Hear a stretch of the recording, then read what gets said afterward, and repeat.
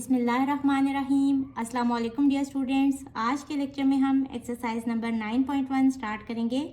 Lecture start करने से पहले वो स्टूडेंट्स जिन्होंने अभी तक मेरे चैनल को सब्सक्राइब नहीं किया वो जल्दी से मेरे चैनल को लाइक करें, सब्सक्राइब करें, बेल आइकन को प्रेस कर दें ताकि हर न्यू आने वाली वीडियो का नोटिफिकेशन उनको मिलता रहे। इसके अलावा अपने फ्रेंड्स एंड फैमिली के साथ मेरे चैनल को शेयर भी कर दें। तो चलिए जी स्टार्ट करते हैं। Question number 1 is what is the difference between axiom and conjuncture.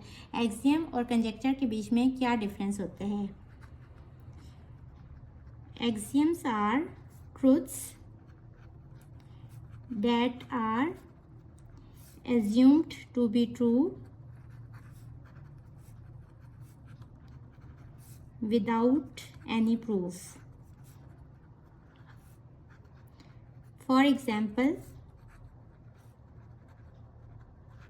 जैसे कि आपको पता है reflexive property x equals to x। अब अगर आप किसी को भी ये कहते हैं कि एक नंबर अपने ही के इक्वल है तो कोई भी आपसे इसका प्रूफ नहीं मांगेगा। लाइक 2 इक्वल्स टू 2 और 4 इक्वल्स टू 4 और 4 के इक्वल ही होगा, 2 2 के इक्वल ही होगा। इसी तरह एक और एग्जांपल है, if a equals to b and b equals to c then a equals to c। अब अगर a b के इक्वल है इट मीन्स कि ये दोनों बराबर हैं। अगर a 1 है तो b भी 1 ही होगा और अगर b 1 है तो यहाँ से क्या पता चल रहा है कि c की वैल्यू भी 1 ही होगी। इट मीन्स कि a b और c तीनों एक ही नंबर होंगे तो a c के इक्वल भी होगा। ये कन्फर्म सी चीज़ है, इसके बारे में भी कोई आपसे प्रूफ नहीं मांगेगा। और कंजक्चर क्या होते हैं, ये एक ऐसी स्टेटमेंट होती है जो ट्रू होती है लेकिन उसका हमने प्रूफ देना होता है। A statement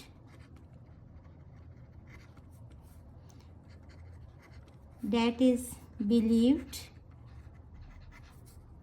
to be true but its truth has not been proved is called a conjecture. In other words, it is a true statement that needs proof. For example, अगर आपके पास एक पैटर्न है 0 2 4 6 तो वो आपसे पूछते हैं what will be the next number, तो आप कैसे बताएंगे। देखें अगर इस पैटर्न को गौर करें तो ये किस किस्म का पैटर्न है, 2n for n equals to 0 1 2 3 up to so on. अब यहाँ से क्या पता चल रहा है कि अगर n को 0 पुट करें तो यहाँ 2 0 सा 0 आएगा। अगर n को 1 पुट करें तो 2 1 सा 2 आएगा। सिमिलरली n को 2 पुट करें तो 2 2 सा 4 आएगा, 2 3 सा 6 होगा। और इससे नेक्स्ट नंबर क्या होगा, अगर n को 4 पुट करें तो 4 2 सा 8 होगा। तो कंजक्चर और एक्सियम में ये फ़र्क होता है। Question number 2 is which of the following are mathematical statements. Mathematical statements क्या होती है, कोई भी ऐसी स्टेटमेंट जिसका आंसर उस स्टेटमेंट के अंदर ही मौजूद हो या जिसका आंसर हम खुद से फाइंड कर सकें उसको हम मैथमेटिकल स्टेटमेंट कहते हैं। अब अगर आंसर स्टेटमेंट के अंदर मौजूद है तो वो आंसर सही हो सकता है, गलत भी हो सकता है। दोनों सूरतों में वो एक मैथमेटिकल स्टेटमेंट होगी। जैसे कि फर्स्ट पार्ट देखें, डिफरेंस ऑफ 19 एंड 12 इज़ 7। तो हमें पता है 19 माइनस 12 7 होते हैं, तो ये एक मैथमेटिकल स्टेटमेंट है। सेकेंड पार्ट में -2 + 7 - 3, इसको सॉल्व करें तो आंसर आ रहा है 2। तो इसको सॉल्व करना पॉसिबल था, तो ये भी एक मैथमेटिकल स्टेटमेंट है। इसके थर्ड पार्ट में देखें 34 + 16 is not equals to 50, but अगर आप इसको सॉल्व करें तो आंसर आ रहा है 50। तो ये एक रॉन्ग स्टेटमेंट है बट ये एक मैथमेटिकल स्टेटमेंट होगी क्योंकि मैंने आपको बताया कि चाहे आंसर गलत हो या सही, आंसर गिवन होना चाहिए। नेक्स्ट पार्ट में a + b इक्वल्स टू 9, तो ये एक मैथमेटिकल स्टेटमेंट नहीं है।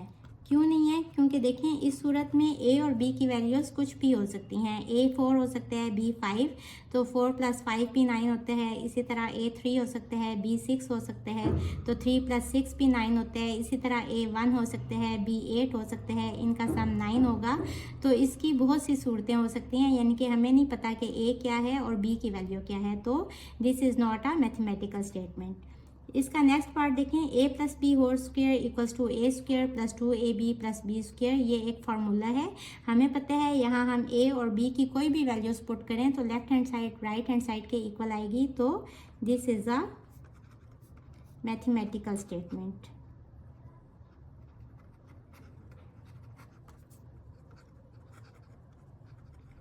इसका 6th पार्ट देखें। जब भी किसी स्टेटमेंट में मल्टीप्लिकेशन और एडिशन गिवन हो तो पहले हम मल्टीप्लाई को सॉल्व करते हैं। 2 multiply by 2 is 4 and 4 plus 2 is 6। तो ये एक ट्रू स्टेटमेंट है, तो ये एक मैथमेटिकल स्टेटमेंट होगी। अगर यहाँ इक्वल टू 8 लिखा होता या 10 लिखा होता तो उस सूरत में भी ये एक रॉन्ग स्टेटमेंट थी, बट फिर भी वो एक मैथमेटिकल स्टेटमेंट ही होगी। The product of x and y is smaller than 5, यानी कि उन्होंने क्या है, x और y का अगर हम प्रोडक्ट लें तो वो लेस देन 5 है। अब हमें नहीं पता कि x और y की क्या वैल्यू होंगी, तो this is not a mathematical statement.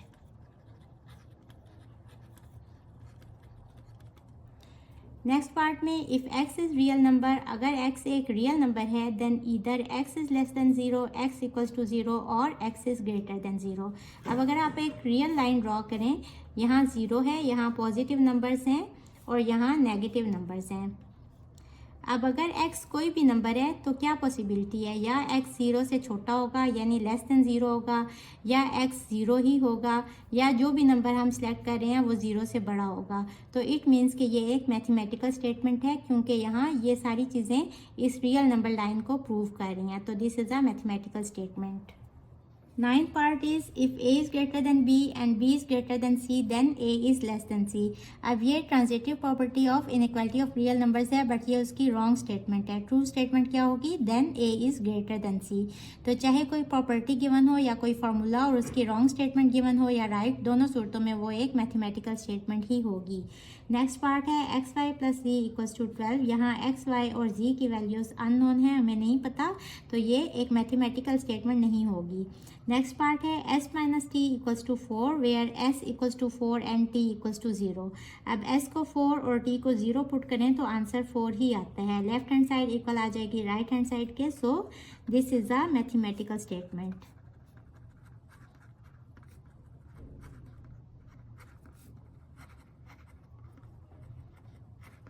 Question number 3 is the sum of a and b is equals to 0, यानी कि a प्लस b अगर इक्वल है 0 के। Is this sentence a mathematical statement, क्या ये सेंटेंस एक मैथमेटिकल स्टेटमेंट है? तो हम लिखेंगे no, this is not a mathematical statement. If no, अगर नहीं है, how can we make it a mathematical statement, तो हम किस तरह से इसको मैथमेटिकल स्टेटमेंट बना सकते हैं। अब अगर आप इसको देखें, अगर हम यहाँ a की भी वैल्यू सपोज कह लें कि for a equals to 4 and b equals to -4, या a की वैल्यू 4 कर लें, b इक्वल्स टू 2 कर लें, तो भी 4 प्लस 2 हमें पता है 0 नहीं होता, ये एक रॉन्ग स्टेटमेंट होगी, बट इस सूरत में भी ये एक मैथमेटिकल स्टेटमेंट होगी। तो हम लिखेंगे we can make this a mathematical statement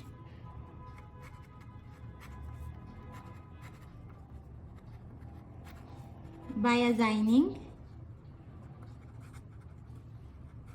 values to a and b। so this is our answer। आज के लिए इतना काफ़ी है। मेरे चैनल पर 60% स्टूडेंट्स ऐसे हैं जिन्होंने अभी तक मुझे सब्सक्राइब नहीं किया और सिर्फ 40% ने सब्सक्राइब किया हुआ है। तो अगर मेरे लेक्चर्स फ़ायदेमंद हैं तो मुझे लाइक करें, सब्सक्राइब करें, बेल आइकन को प्रेस कर दें ताकि हर न्यू आने वाली वीडियो का नोटिफिकेशन आपको मिलता रहे। और इसके अलावा अपने फ्रेंड्स एंड फैमिली के साथ मेरे चैनल को शेयर भी कर दें। इसके साथ ही मुझे दें इजाज़त। अल्लाह हाफिज़।